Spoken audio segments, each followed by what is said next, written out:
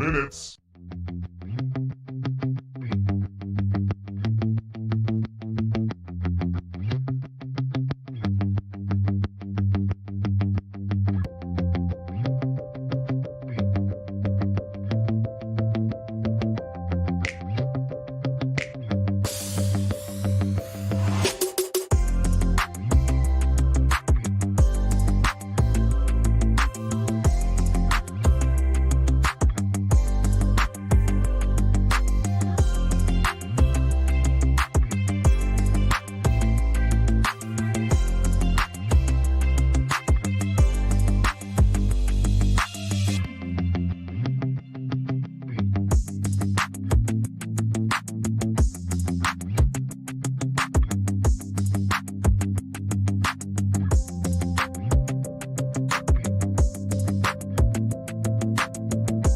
Get those questions ready.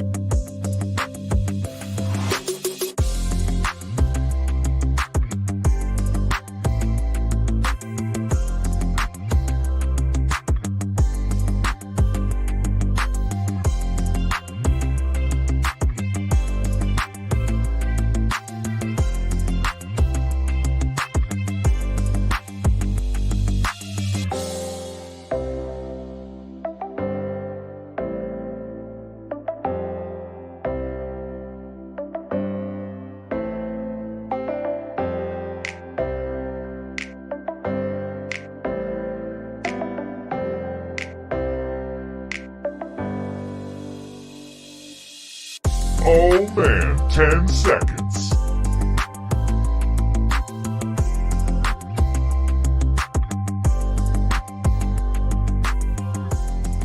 Welcome to Solid Saturday. Oh my Dan Rubenstein. Oh my God. Tyler. What is up, my man? Week 8 is what's up. Yes? Are we here? Oh my God. Drop those questions in the comments. We're going to get to them between each window of conversation that we talk about. Ty, you look super handsome this morning. Look at that shirt. Thank you, Dan. You know, I can't help it. It's just sort of the way I wake up. When the pants are on, we do this stream. How are you today? You ready for week 8? I'm ready. I'm especially ready for the 3:30 Eastern time window. We'll get into the windows specifically, but yeah, I'm ready. You know, it's one of those weeks where, you know, that happens maybe every other week or so where you're like, man, I don't know where the bangers are. I don't know where the headliners are. I don't know where everybody's going to be gathering around their TVs on their L-shaped couches. And by the way, I really do recommend a good L-shaped couch. If you've got the cash, you know, it's a sectional, it's a big L, whatever. But sometimes it's hard to find, but we are here. We are going to investigate. We are going to dive deep because honestly, the best quarterback matchup looks like it's not a Power 5 matchup. To me, I tweeted this out, that the Nevada-Fresno State game happening tonight might be, in terms of the quarterbacks on either side. I'm happy to talk about that. I'd love to talk about that. Jake Haener and Carson Strong. So a lot to get to, a lot to discuss, and a lot that's going to be decided today as we sort of kick into the second half of the season, right? Absolutely. So here is the way this works. I know we have a lot of people stopping back who have watched us before. Thank you for coming on back. If this is your first time, here's the way this works. Dan and I are going to walk you through each of the 3 windows of games: the early slate, the mid-afternoon slate, the evening slate. And we're just going to talk about our excitement level. Once again, we have invented a very scientific metric by which we will be scoring our excitement level for each of these windows. Yeah. Thank you, Dan. It is, of course, the Jacked Chris Fowler scale. We rank it on a scale of 1 to 5. I do worry that the early slate today may be 0 Jacked Fowlers. Yeah, I mean, look, on first glance, it's a 1, which means it'll at least be a 2 or 3 in terms of the results and production that we get, because it is tough. And we can get into that early window here momentarily. But yes, on first glance, because I was just talking to Jody with an eye, my wife. And sorry, I still do that, Ty. I still do the Borat my wife. I don't know why. I do. Fine. It's fine. I'm terrible. But I was speaking to her and she said, so you got like sort of like wall to wall real busy all day. And I said, you know, I can help out with the kiddos with the TV on in the background during that early window. I'll be flipping. I'll be paying attention. But in terms of being locked in. Yeah. You don't have to be zoned in for that early slate. Just sort of watch the score. Yeah. And we will discuss that in much more. I save one Jack Fowler for truly abysmal windows. I'm going to at least give it 2. I'm going to give it 2 Jack Fowlers. Nah. I understand. Look, you're going 1. I get it. There's the 1. But there are good teams playing. So I at least am intrigued by that.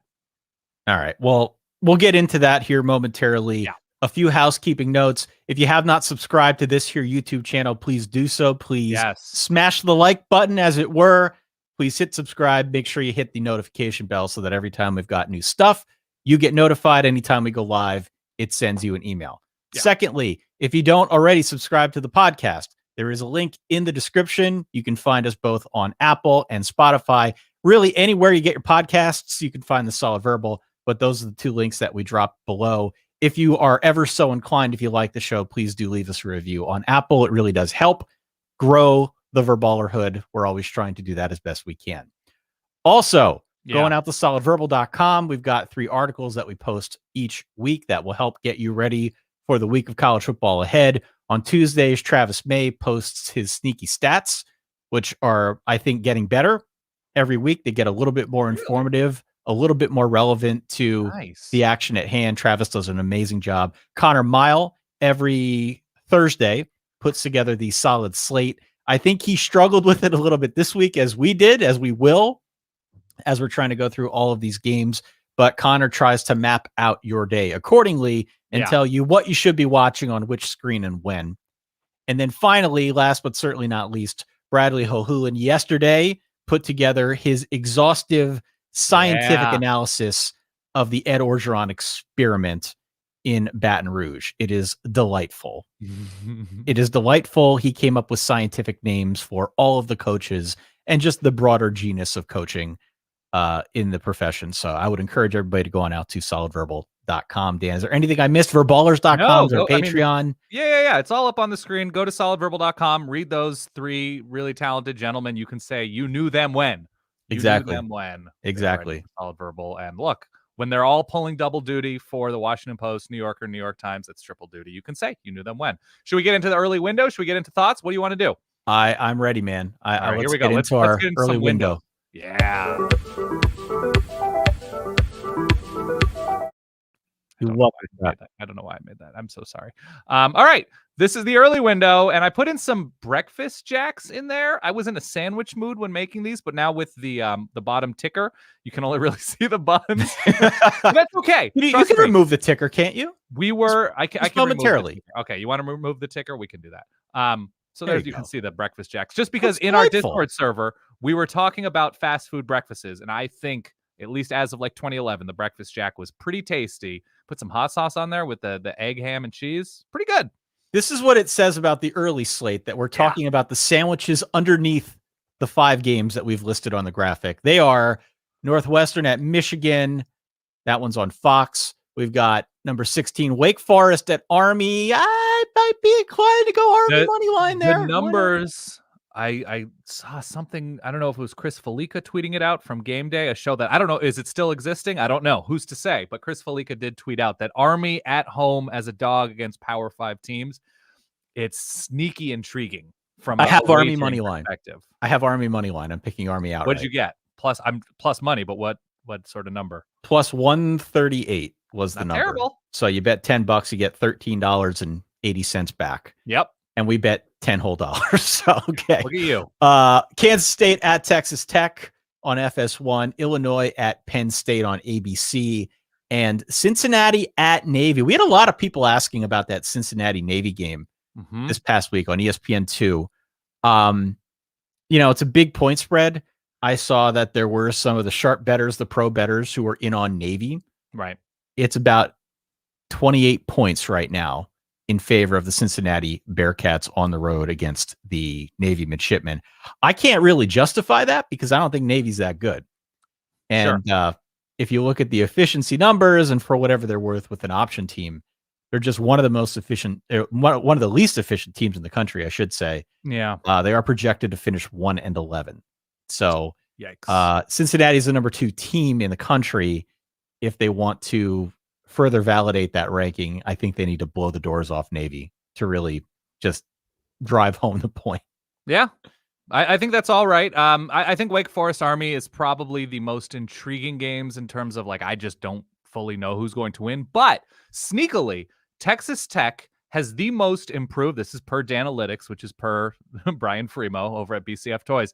Kansas State has the most improved points per drive offense in the Big 12 this season, going from last year to this year. Now, obviously, they had a transfer quarterback. He gets hurt, Tyler Shuck, but they're still scoring points at a much more impressive clip this year. And Kansas State is one of the most improved points per drive defenses. So a nice, sneaky, upper middle tier Big 12 matchup right there that I think could be a fun back and forth. I think there's players in that game. Obviously, the running game for Texas Tech and for Kansas State, both intriguing. So if you're searching for just what could be a quality back and forth, I think that might be it. What do you think? Yeah, I've been in on Texas Tech since the very beginning. Right. And the Vegas over-under, I've said this a million times for people who listen to the podcast, the Vegas over-under for Texas Tech was 4.5 wins. They're going to hit 4.5 wins. I feel fairly confident in saying they're going to hit 4.5 wins. Whether they get to 6, that's a little dependent on how they do over the next couple of weeks. The schedule does get, I'm not going to say it gets tough, but there are tough games on the schedule that I could see them losing. So it's hard to find them getting beyond 6. I still have a lot of faith in this team, even though they haven't really given me a reason to be faithful. Yeah. They have the ingredients of a good team. It's just a matter of whether they can put it together in some organized way. Agree. Yeah. The other thing with those matchups specifically that we put on the screen with the breakfast jack, which I say still delicious, Jack in the Box, get at us if you're interested in regional fast food sponsorships. Definitely. Is both Michigan and Penn State have disappointing opponents, clearly lesser opponents, but also, and I don't know if this is the sandwich element to my graphics, it's a look ahead spot, right? Penn State has Ohio State next week, taking on Illinois, and Michigan has Michigan State. This is a backloaded Big Ten East schedule. I'm not saying to be concerned about Penn State. I'm not saying to be concerned about Michigan. But with Penn State, I think the storyline may be what do we get or not get from Sean Clifford, right? What is his health like? Does he make an appearance today? How long does he make an appearance? How many throws? Does he look like he's hurting? The injury stuff is still kind of mysterious. Ahead of Ohio State, that is it's interesting. Yes, Ty, you're a Penn Stater. I am a Penn Stater. It is intriguing to me. If he comes out there and throws like you, that's a problem. That's troubling. That's a problem. If he comes out there and throws like Taquan Roberson, that's a problem. Correct. Because Roberson wasn't very good. Well, we'll see if it's Roberson, if it's Clifford, if it's VO, if whoever they throw out there, they should be good enough to handle Illinois. I wouldn't want to touch the point spread because the line's 24 and there's just a little too much concern for me at quarterback. I don't really know what I'm stepping into, but they should be able to dispose of Illinois, despite the fact that I think you're right. There's a little bit of a look ahead there. Yeah. I think that probably would affect Michigan a little bit more, if only because they're playing a better opponent. And look, Northwestern's not been good. Northwestern's not been good this year, but I still feel like they're a better team than Illinois. We will find out, because that is the battle for the land of Lincoln goblet, which I just made up. All right, fair enough. I've got one jacked Chris Fowler, and by the way, what does the crowd say? The crowd says 70% in favor of 1 to 2 jacked Fowlers. YouTube only lets me do 4 options. Otherwise, I would have the full slate. But 1 to 2 is 70%. So agree. We agree. You want to go into some comments? Yeah. What do we got coming in? I saw some folks are asking what happened to the side fro. Yeah, you got a haircut. I got a haircut. We both got haircuts. That's what happened to it. I've been adjusting mine at home a little bit. It was not great. I went in there. I'll get rid of the Jack Fowlers, by the way. I went in there. People care about my haircut stories, right? On Saturday morning before college football kickoff. You had a bad haircut experience yesterday. Yeah, I got rushed through my haircut because the barber was late and he didn't want his appointments to go, get delayed all day. And so I went in there and I got a and I was like, this is going to end well. This is not, and it didn't. It didn't. I had sort of a beret situation atop my head. So, okay, let's get into some more comments because here we go. Always jacked or moderately jacked, Andrew says, for college football, especially a sicko slate. We got that sicko word floating around the college football internet a little bit more. I appreciate it. I like it. Yeah. It's kind of got a dark connotation that I'm not really Well, I mean, the graphic, right, is that the guy peering in at the window. Yeah. Yeah, no, I get it. Okay, I made a breakfast Mexi melt. Shout out to this guy getting creative with his breakfast. Good for you, man. We've got Mark saying, "My goodness, that is bleak. Unclear if it's about your haircut or the early slate. Unclear. It was not super specific. Cannot tell for certain. With how Anthony Brown finished the game last week, because this is going to get into our next window, with how streaky he is, do we get good Anthony Brown today? Cristobal teams tend to play to competition. Now, he certainly looked better last week with Joe Moorhead in the building than he did with Joe Moorhead out against Stanford. And I don't know if it was a communication thing. It looked like he wasn't able to execute on some plays. I think with game day there, with network TV, I guess Stanford was network TV, but I think Oregon in general tends to rise to the moment, but they're still pretty beat up on defense. I think Oregon's going to rise to the moment. That's what I think. You kind of chastised me a little bit for going with UCLA. Again, I took it early. I had it UCLA plus 3.5. It's since come down. UCLA's favored, I think, by a point or half point now. It's basically a pick 'em. But you're pretty much banging this drum of Oregon plays down or up, depending on the situation. And it's foolish to go against the Ducks in a big spot against a team that they know is good, playing in the Rose Bowl, game day in town, like all of these factors that you think work to their advantage. Look at this, Ty. It is a Portland Sea Dogs hat, by the way. I love Portland, Maine, and got it recently, but I wanted a minor league hat and liked it. Okay, Alex, looking especially handsome today, Dan and Ty. Thank you, sir. We were, and here we are confirming it. What is your biggest upset pick today, Ty? I go Army. Army outright big. over Wake. It's big. It's not big in terms of Texas A&M over Alabama big, right? Or the one that we saw a couple weeks ago, which was like a 30-point dog winning. But I like Army outright. Yeah. I mean, you also like an unranked Iowa State at home, but I think they're favored. They're favored now by 7.5, so it's not much of an underdog story. A relatively top team. How many Oreo McFlurries will you consume in solidarity with Oregon? Ty, did you see the Oregon uniforms that they're wearing today? The eggshell? Yeah. Not my favorite. Actually, I was going to say, what's your okay. You've got an eye for design, Dan. At first glance, they're not my favorite, but I wait to see how they look under the sun, right? There's something different about like seeing them on the field, seeing how they play live that I'll hold out to see. But usually you can tell with the pictures. Any Clifford injury status, Ty? There's rumblings all over the place, right? There's rumblings all over the place. They're playing a little bit coy with it. Right. There were pictures of him out there. I think somebody got some comments from him. He like winked to people. He's going to play against Ohio State. If I had a bet, I'd say he's playing against Ohio State. I don't see any reason to play him against Illinois. There's just no reason. They should be able to beat Illinois, even if they don't cover. Who cares? Just get the win, move on, get him healthy for Ohio State. Mark wants to clarify that your haircut is indeed glorious. You said you have like a wizard who treats haircuts like you treat omelets, that you can go 3, 4, 5 wide. I mean, there's two ways to look at it. The guy who cuts my hair, it's like math to him. There's no emotional connection whatsoever. It's just sort of like math. There's a correct way and an incorrect way. He doesn't even talk. He sort of grunts.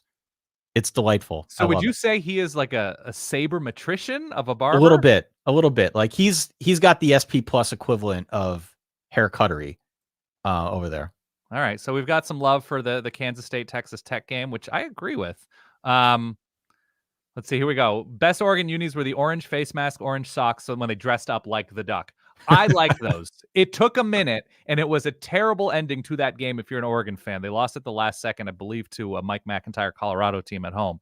But I like digging into the creative quiver, as it were. Should we get Where's Mikey Mack these days? I don't know. He was at Ole Miss. I don't know if he's an analyst somewhere. I'll look it up. Please. Why don't you go through the next window while I look up? All right. Next window, and we've got some Philly-style hoagies there on the bottom, Ty. Oh, I like it. I had a chicken cheesesteak last night in that style. Pretty good. The thing is with the Philly hoagies, they're the bread, the semolina, it's that like crusty outside and soft inside. Philly might do hoagies better than anybody in the country and thus the world. It's a great, great sandwich town. I'm not even talking about the cheesesteaks, even like the roast pork. It's just. I don't know. I just implicitly trust Philadelphians with sandwiches. Oh, yeah. All right. So Mike McIntyre, Memphis defensive coordinator. Thank you to Michael in the chat. Oh, there we go. Okay, out. so he has, the roots obviously with Ole Miss there, and when he was a coordinator there, and Patrick Willis that whole time. So that region he has succeeded within.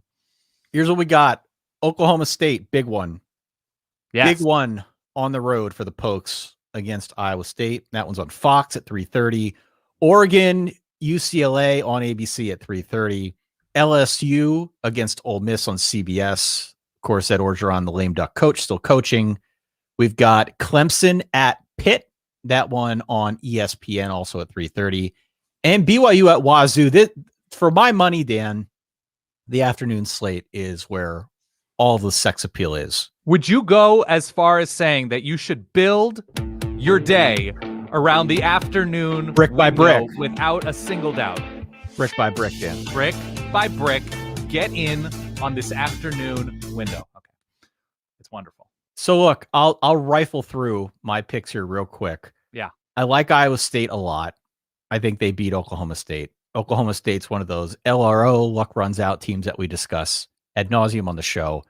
I think this is the one. I think it's Iowa State's to lose. It is Brocktober. Someone in the chat said that the Action Network's now tweeting about Brocktober. We do own Brocktober.com, if memory serves. Whoa, is that true? Have we kept it up? Are we still the active? I believe I domain still have it. owners? I will check that out. Okay. Oregon, UCLA. I'm on UCLA. You told me I'm an idiot. I'm sure we'll talk. No. More UCLA is a good team. UCLA is a good team, and they have a very specific identity. And I always appreciate that with a good coach, which I think Chip Kelly still is. LSU, Ole Miss. To me, if LSU runs the way they ran last week, that could be an interesting conundrum for an Ole Miss defense that just shows no interest in stopping the run. Yeah. So I think that line earlier in the week was about 10. It made a lot of sense to go LSU plus the 10 there. I think Ole Miss wins, but I could see that one being close. Pick Clemson's a matchup that, even though Clemson has fallen way short of expectations, this one is very interesting to me because Pitt needs this win. If Pitt is serious about being any kind of contender, be it in the ACC, be it in the New Year's Six bowl situation, I'm not going to go as far as to say playoff because I don't know if we honestly believe that, but Pitt needs to win. Pitt needs to win here. They're favored by 3.5 and they're at home. And then BYU Wazoo. Wazoo in another interesting situation. Nick Rolovich was dismissed, right? Sure. So they're playing without Rolo, and BYU trying to, I think, get the season back on the tracks after 2 losses, after a really hot start and 2 losses. So this one, to me, if there is 4 jacked Fowlers in week 8, this is that nice meaty area. Interesting. I think I'm with you too. I would go even borderline 5, but I understand when you don't have like a top 10 matchup that it's hard to number. It matters, right? You have to say, you have to save that. So I'm with you on the 4 jacked Fowlers here, just because I am building my day around it. I'm not going to play the Home Depot sound again, unless people want me to. I have a whole soundboard of quality, like what UCLA is going to try to do against Oregon. Yeah, see? Come on, Phoenix. I didn't forget about you all the way over there in Paris. I can't wait for this window. I can't wait to watch Oregon, UCLA, Oklahoma State, Iowa State. It's been a matchup that we've talked about. Mike Gundy has truly owned over Matt Campbell, but this one is in Ames. You believe, and I think rightfully so, that people have sort of forgotten about the clones to a certain extent. They're out of the top 25. They're certainly a top 25 team.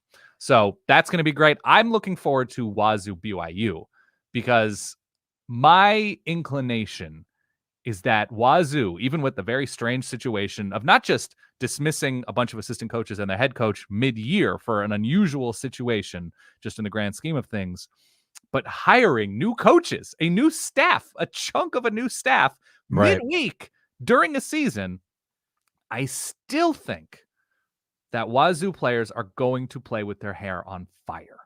I really do believe that. I like LSU some, but Wazoo with this lame duck situation, and it's not lame ducks, but it's a lame duck staff. I really am in on the Cougs.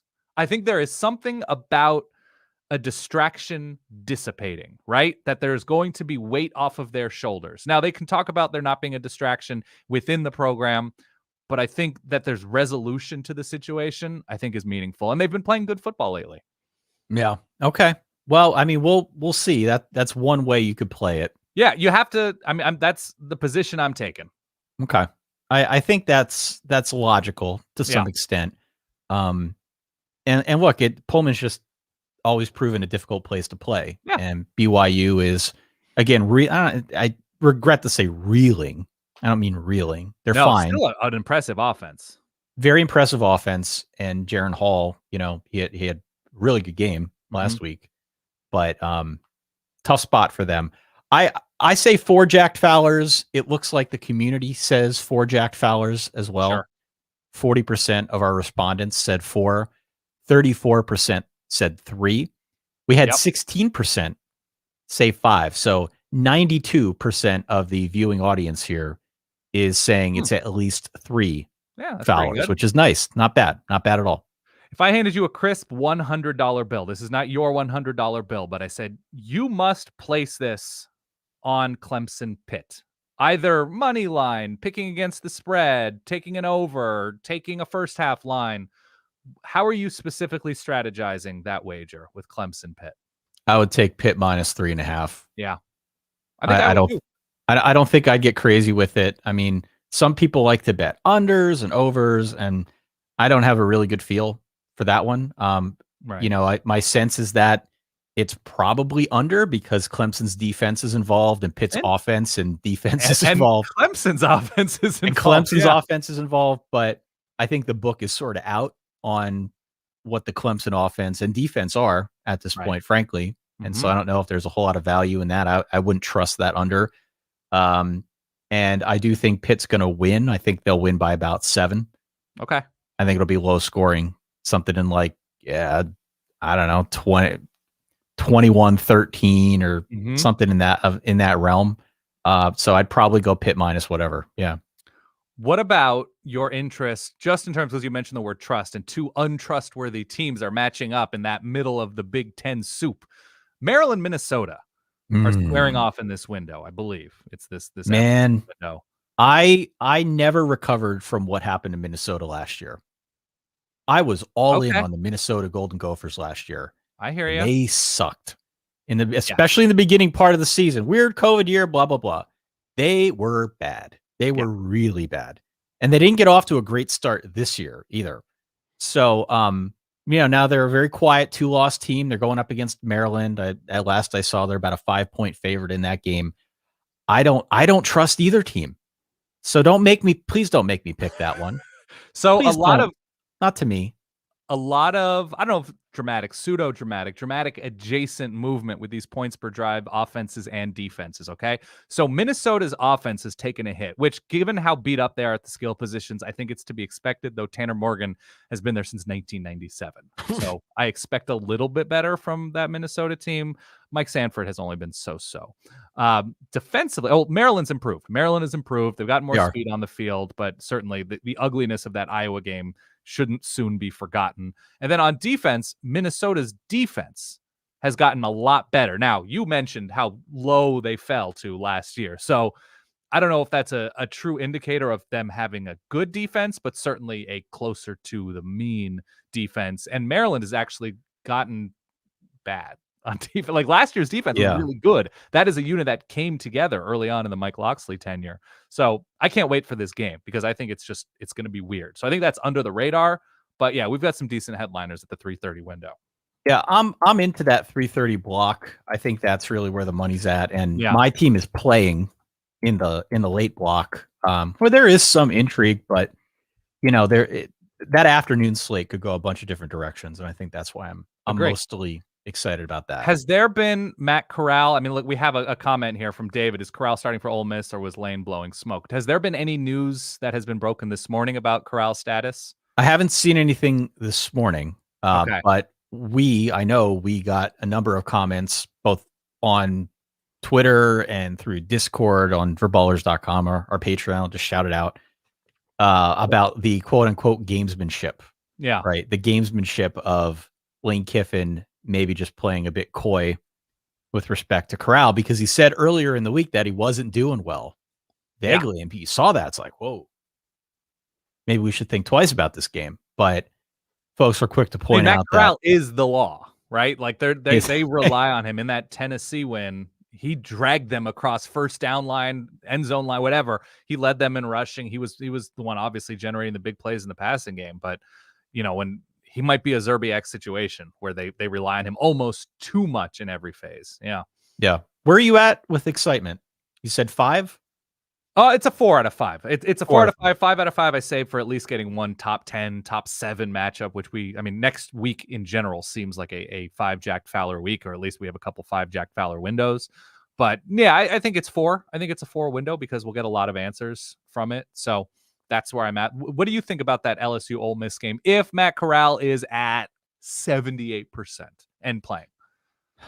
I think it's close. Okay. Let's take a knee here for a second. Take a knee. Hey, let's do it. Okay. Thank you, Dan. We talked in the early going of this season. Do you want me to use like my FM radio voice? Hi, folks. This is Dial. You wanted to break it down. You want to lose. We talked through the early going for LSU this year and how they were not able to run the ball effectively, and it hurt. It hurt. They've had 2 games now where they really ran the ball effectively. One of them was in that Florida game. Florida's got a pretty good rush defense. I don't know what the hell happened there, but they ran the ball extremely effectively. If they can do that again against Ole Miss, which I think they can, that's regardless of whether or not Matt Corral's playing, that's going to keep that game a little bit closer than you might expect if you just look at the win-loss records and the ranking for Ole Miss. So I think it's close regardless. Okay. To be honest with you, I still don't really think that LSU is going to win that game, but I kind of subscribe a little bit to the notion that you mentioned with Washington State. Now, albeit much different situations, and Coach O is still there, but now that kind of distraction to some extent is lifted, we've seen Coach O in these situations before, haven't we? Yes. Where it's like he's kind of a lame duck, but he's hanging around and the players play for him and they're pissed off that he's leaving. Like they like playing for the guy in general. Yep. So I think it's close. Well, look, you and I had heard rumblings last week before the Florida game, days before the Florida game, that the Coach O era was being over. Wrapped up, right? Yeah, that it was over. That discussions for buyouts and everything was happening. If we heard it in Eastern PA and the northern suburbs of Chicago, I'll bet the players knew about it going into the Florida game. Absolutely. They played their asses off. So I don't think that was a one-off. Now, LSU, I understand why they're going in a new direction. I do.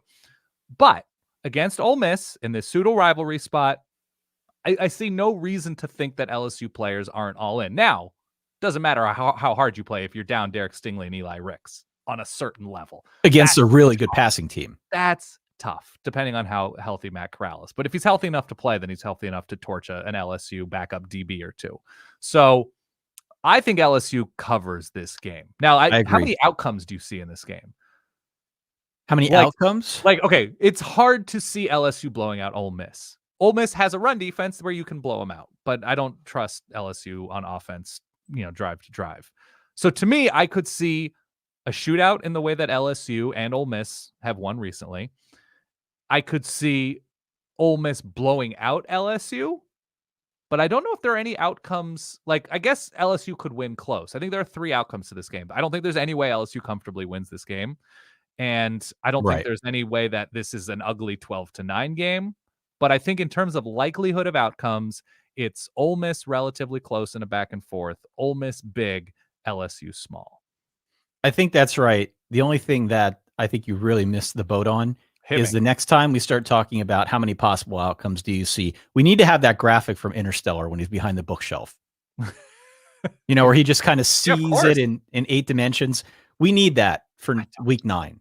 I don't have my Matthew McConaughey. We had McConaughey on the show.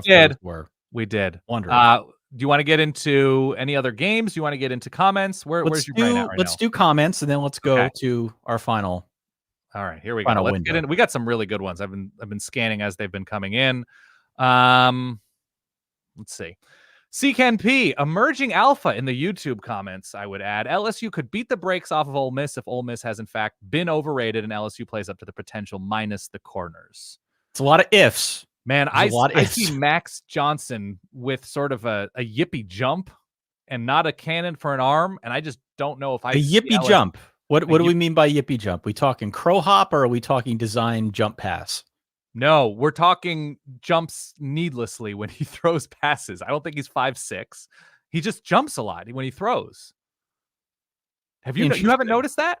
No, I haven't. I don't know. It scares me. Like I think he's a little too jittery for me to think of him as a blowout quarterback, even at LSU, and without arguably a little jittery. The cold brew quarterback, Kayshon Boutte, the cold brew quarterback. Here we go. I think LSU might rip off arms and legs. They might also sleepwalk their way into 2022. We won't know what until they play, but I'm curious to see what happens. I also see Ken P, emerging alpha, in the YouTube comments. Okay, interesting.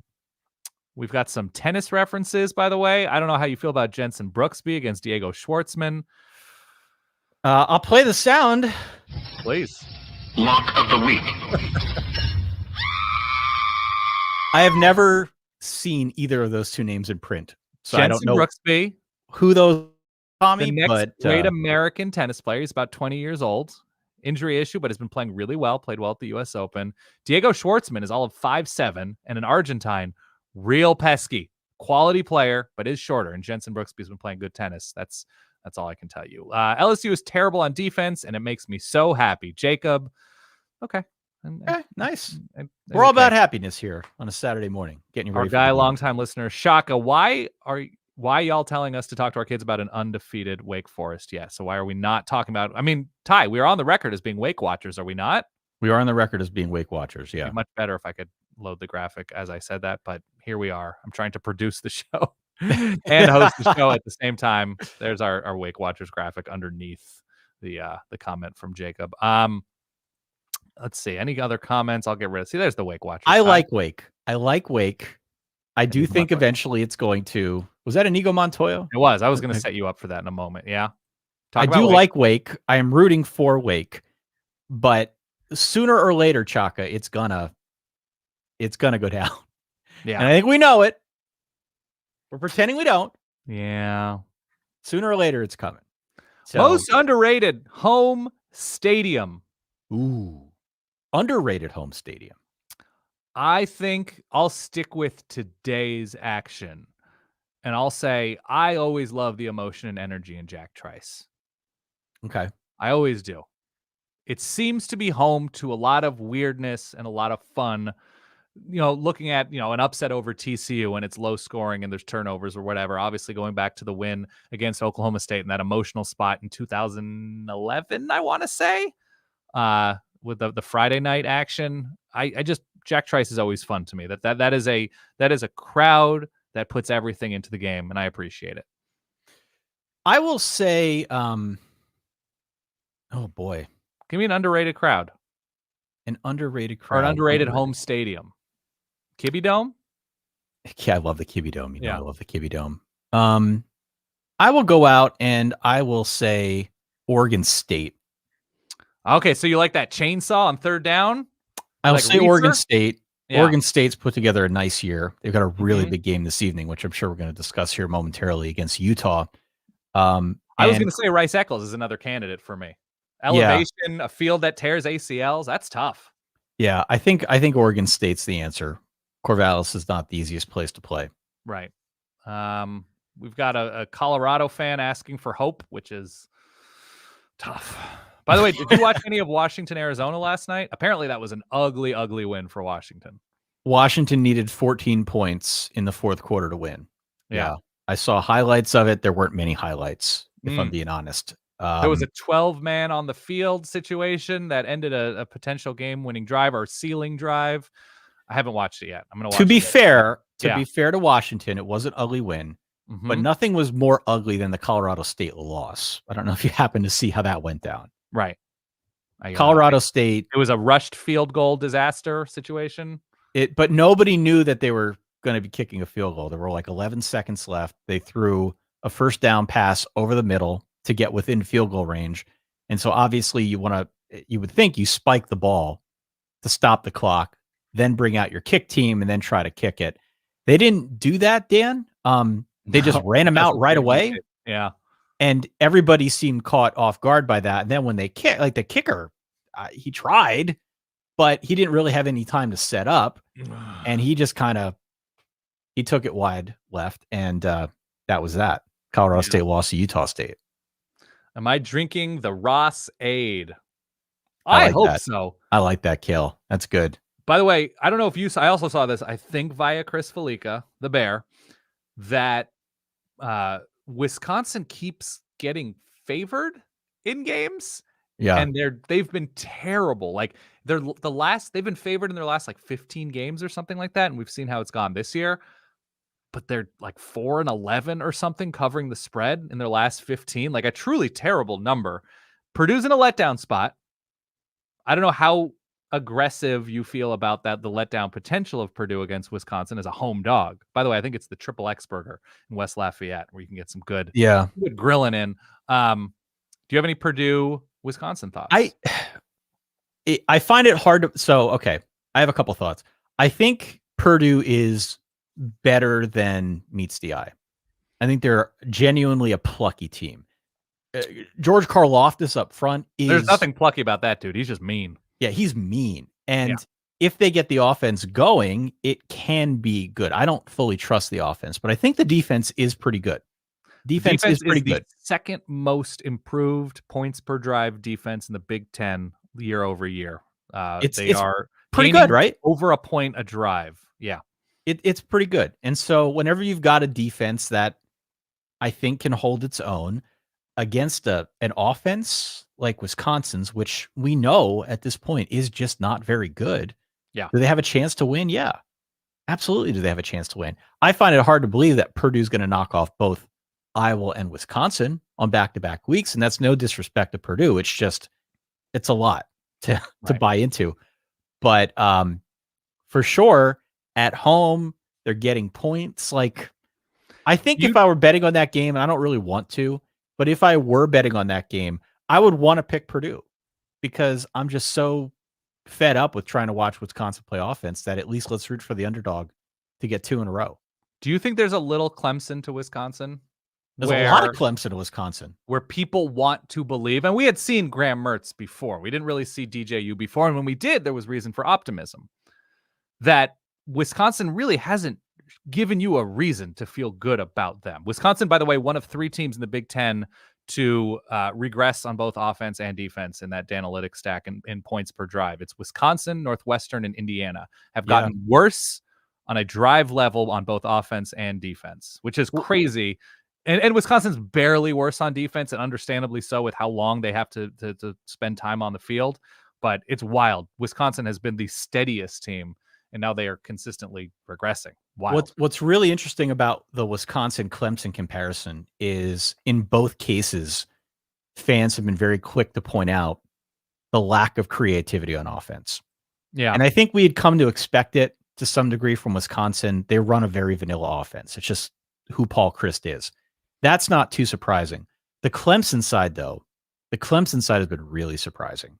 Yeah. And, you lose a couple playmakers and, suddenly you're out there trying to figure it out, and it maybe isn't as easy as it was before, but it's a lot of the same plays.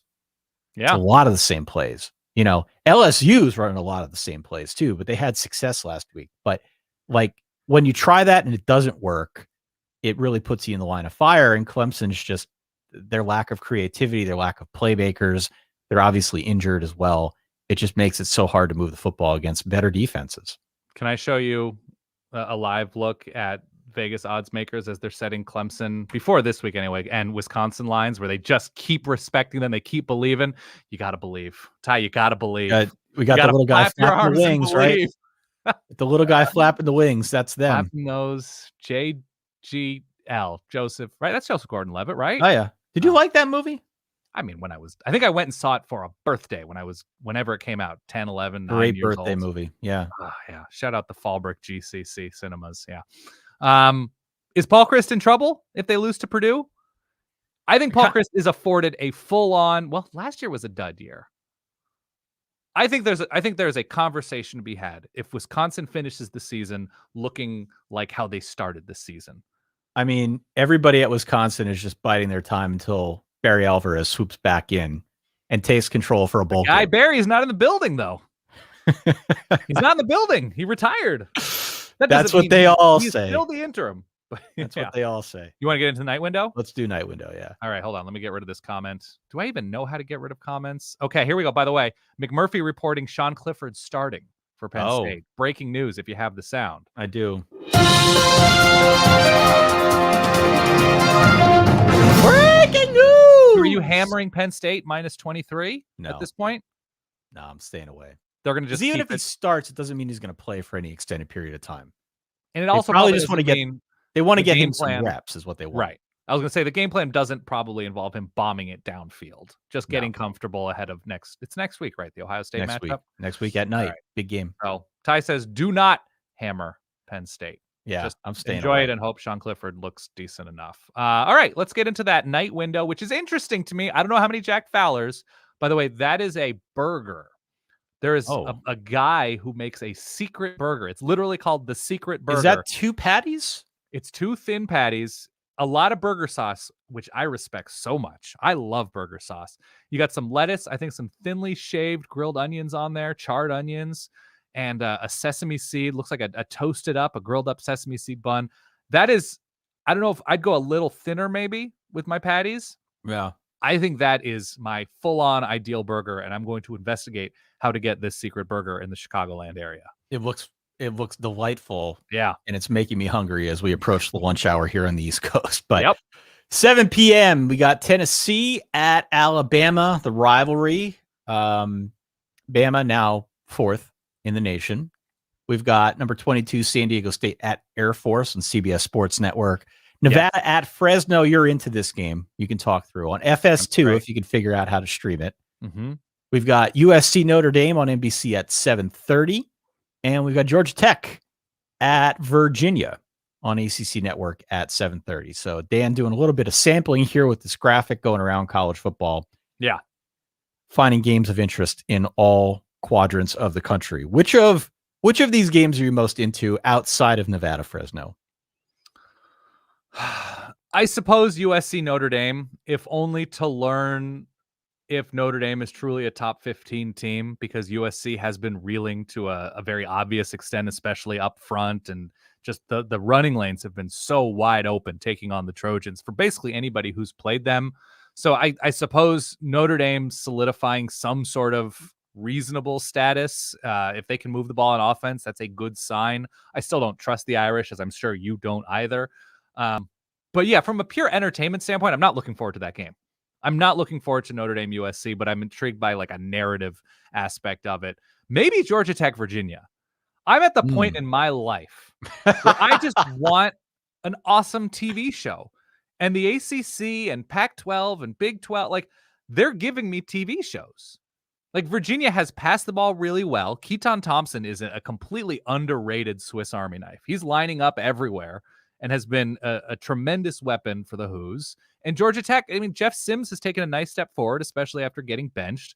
I'm not telling you either of these teams has an ability to show out as a top 20 team by the end of the year. But you're asking me what to park my ass in front of on an L-shaped couch? It might be this one tonight. Interesting. I would say 3 jacked Chris Fowlers for me. Okay. My team's playing. I'm a Notre Dame fan. Yeah. But the Tennessee-Alabama game, look, I don't think Tennessee's really going to scare Alabama, but it's interesting. It's a rivalry. And Tennessee's been better this year. They've shown improvement. That's of interest. We will talk about the Nevada-Fresno game. We have a reason to talk about that game when we do our Sunday recap show. It's an awesome game. We will probably You told me I wasn't allowed to talk about it, but yeah. We'll talk about that one on the recap show, and we will probably get calls about it as well. So I say 3. It's fine. Yeah. There are many other games that I think we left off because we're trying to do 3 per window here and discuss those of interest. So in the chat, please do let us know what we've left out and what games you are excited about that we have not had a chance to address. But for the Notre Dame game, I think you hit the nail on the head. If I could just circle back to that for a second. The thing to watch, I think, in that game from the Notre Dame perspective is, are they going to have any success on the ground?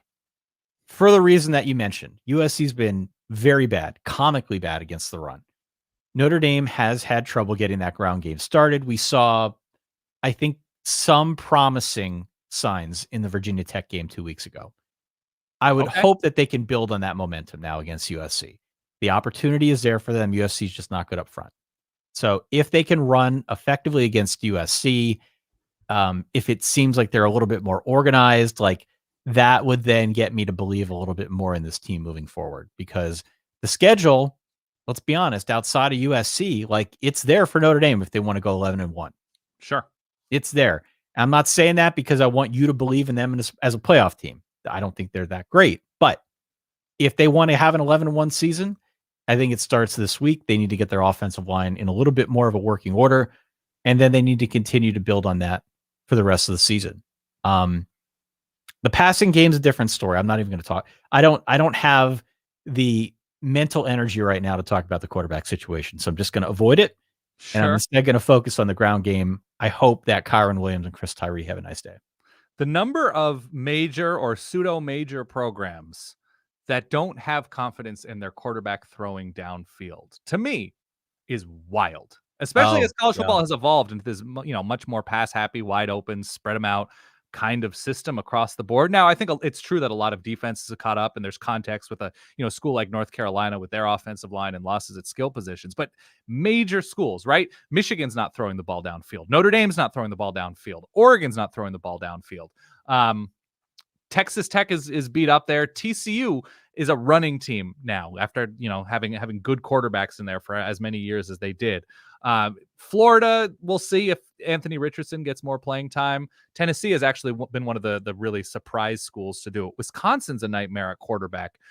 It's crazy to me. And I don't know what the reasoning is that if you go across the landscape of the sport, Oklahoma State has struggled in the past game. And this is a school that, right, they're like the Bolitnikoff U. Spencer Sanders can throw it down the field, but you have to load up his arm like one of those old school catapults in the medieval times.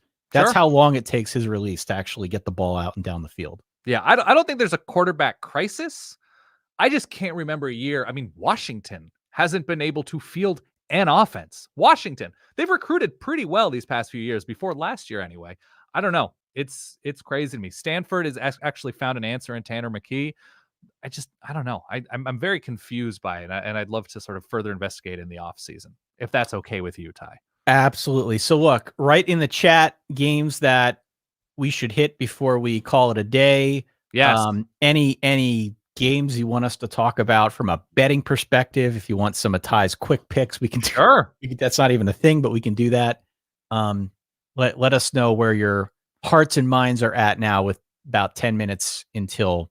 Let's hammer Ty with some betting picks that he can. Sure, why not? What do I know? I don't know anything. Oh my god, a lot of burger thoughts immediately when I showed that image. Okay, so we have, what is burger sauce? It's like a souped up Thousand Island is what I would say. My burger sauce involves, your standard issue barbecue sauce, mayo, mustard, pickles, hot sauce, and then some seasoning and pickles. Did I say pickles? Yeah, diced up dill pickles. So it's everything that's good on a burger that's vaguely liquidy, all mashed into one sauce. I love it. I think it adds a lot to burgers, dipping fries, chicken, whatever.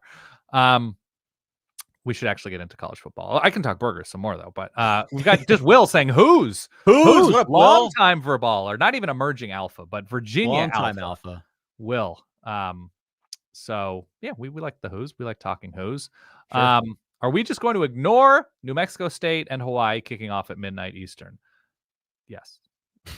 We're sickos, but we're not late night young whippersnapper sickos. I think the official kick time is 11:59 Eastern time. Yeah, they have to do that. Yeah. Yeah. So, let's see. A competitive NC State Miami game would be fun. Can it happen? I think Miami is donezo, man. I don't have the sound at the ready. I don't think I have. I do, actually. Dunzo! I think they're donezo, man. Yeah, I mean, look, they're beat up at quarterback. They're getting hit by the transfer portal. They're like just injuries, and I think they're just donezo, man. A disorganization to the organization. I think they're donezo. And with the way that NC State played a week ago at Boston College, look, if you're not hot on the ACC beat, I get it. We're not really either. But that was a big win for NC State in a multitude of different ways a week ago. Sure. That was exactly the kind of game that they need to go on the road and just destroy an opponent. That's the kind of game that they need if they are serious about this thing. Mm-hmm. And I've been pretty high on the Wolfpack all year. That gave me a great sense of relief that wasn't a close game, that they just killed Boston College. I would think they would do it again against Miami. I'm surprised that point spread's only 3.5. I really am. I think NC State would be the pick there, far and away. If Tennessee were at full health, the Bama game might be more competitive, but with all the injuries, it will be over pretty fast. I haven't even seen anything on Hendon Hooker and Joe Milton and the situation there. I know Hendon Hooker was beat up near the end of the Ole Miss game. Do we have any update on that? Have you seen anything? You can drop it in the comments if we've missed it because we're broadcasting live, but I haven't seen anything as of this morning. Emerging Alpha CKNP regarding teams being confident in their QBs. All of Bo Nix's career has been a question mark, but his last 2 games he's put on a show. If he keeps it up, it will be fun to watch the conversation change. Totally and completely agree. Completely agree. I was really high on Bo Nix after his first game. Yeah. And then we saw more. And it became apparent, at least in the old Malzahn era, that he wasn't somebody who could reliably execute the offense. But what we've seen now under Harsin, it seems like I don't know if they simplified it. I don't know if it's just a matter of changing the game plan and putting him in better situations, but he's had a couple great showings so far this year, to the extent that you wonder if that conversation is going to permanently change. So we'll see. I credit a little bit from what I've read and heard. Mike Bobo has just always been a solid quarterback coach. And so I think it's giving Bo Nix the confidence to trust his eyes, because Bo Nix has had receivers run open all over fields these past couple of years and just has struggled to pull the trigger and tried to buy time and sort of improvise. And what we saw against Arkansas was somebody who trusted his eyes against the Arkansas defense, throwing the ball downfield. I know one of them was to Demetrius Robertson, but that's been the struggle, right? Trusting his footwork in concert with his arm and his eyes. And I think there's evidence that he's taken a nice step forward. I hope it continues the rest of the year, because by the way, folks in the chat saying that Hendon Hooker is going to be the starter for Tennessee, which is nice. That's good. I still agree with the commenter, though, that it's probably over quickly. But we'll see. I don't know. It's a rivalry. Who knows? Has there been a week where Hendon Hooker is not questionable? No, never. Into a game, never. Mr. Questionable. Usually not questionable in the game itself. Usually pretty damn good, but without any real evidence to cite, Nick says, it feels like San Diego State Air Force could be a good TV show type game. Sure. I hear you. I think half of the game. I think San Diego State on defense against Air Force on offense will be entertaining. If you have not watched San Diego State attempt to play offense this year, don't start now. Maybe start watching, I don't know, Ted Lasso or Succession. Like, just watch any other TV show other than San Diego State playing offense. That's all. Okay. How many QBs does Brian Kelly play tonight? Alex wants to know. I mean, why stop with 2? Why stop with 2? The over-under is always 2.5. Okay. In 2021. He will again do the thing where they've got they'll package it as, we have a special Buckner package that we're going to play. I think that's bullshit, to be honest. I'm sure they do, but I think he is playing his quarterbacks like you would play runs in blackjack.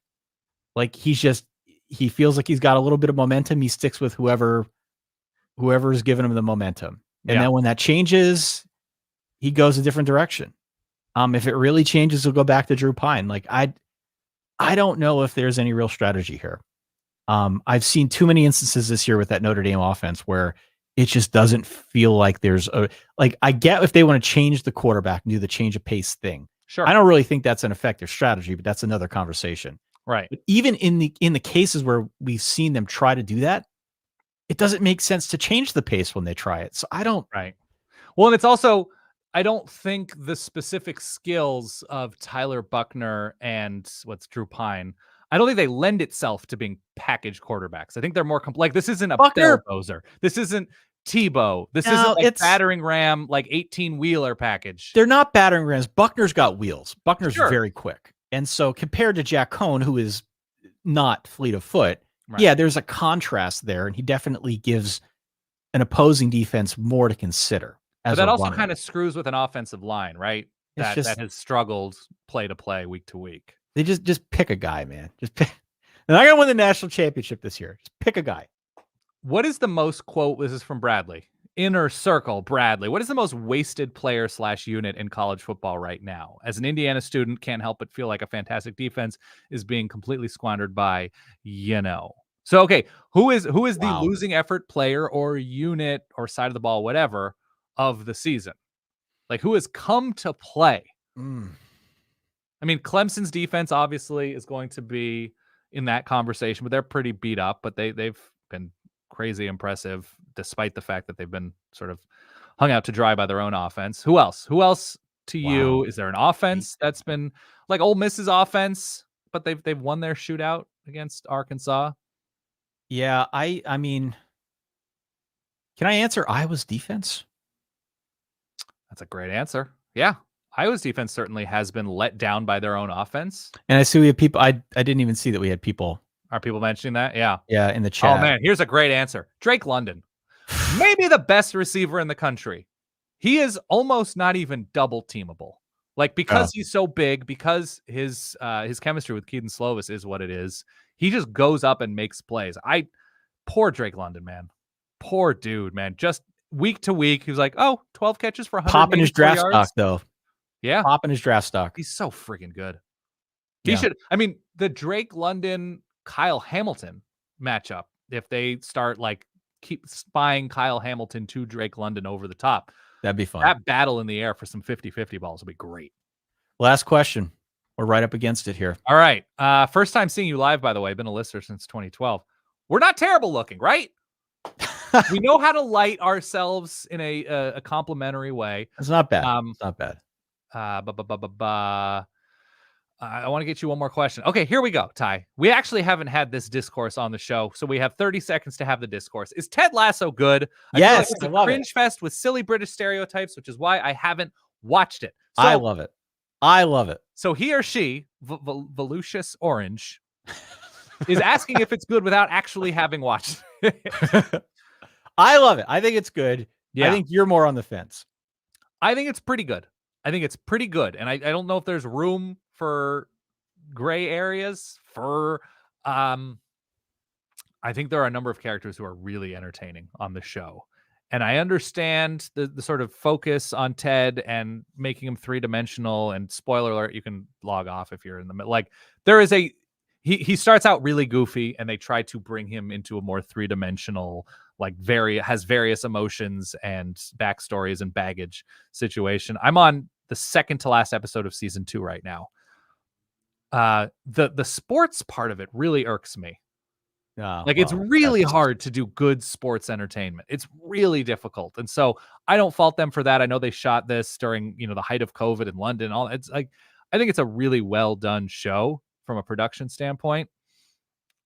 I'm not always in on specific episodes. I thought the very special beard episode in season 2 was terrific. That was fun. I'm not in on and I won't spoil anything, sort of out of nowhere romantic storyline of the back half of season 2. Okay. That to me has lost interest. I've lost interest in that part of the show. It didn't do it for me. There are 2 to 3 laugh out loud moments per episode. Yeah. I'm in on the Diamond Dogs. Diamond Dogs are great. There's 2 to 3 laugh out loud moments. There's a lot of subtle humor. Sure. That I think you pick up on more the longer you watch. Yeah. And it is a feel good story. Sure. I mean, even though they've definitely taken a turn into a little bit more of the baggage and the emotional stuff, it's a feel good story. And you contrast that with Squid Game, which I also finished this week. It's a weird combo. It's like night and day. So whatever you're into, but if you need a shot of life, I think Ted Lasso it's an easy show to watch, right? Easy show to watch. You're not looking for subtext with everything and weird. It's an easy show to watch and to enjoy. So if you're looking for something in that vein, I say go for it. That does it. That is our Solid Saturday stream for this here week 8. We hope you enjoy. Thank you guys, Jack Chris Fowler, excuse me. Was without words there for a second. We hope you enjoy the games this weekend. Solidverbal.com is our website. You can also find the links to subscribe to the podcast down below. If you are not already a subscriber, we would encourage you to do so. Subscribe to the YouTube channel if you haven't already. And otherwise, Dan, enjoy your weekend. To all y'all watching at home, we'll see you next Saturday. Yeah, and we'll see you tomorrow if you're a verbaler, and you will hear us on Monday if you are not a certified or premium verbaler, and that's cool too. All right. Enjoy your Saturdays, everybody. Eat something good. Peace.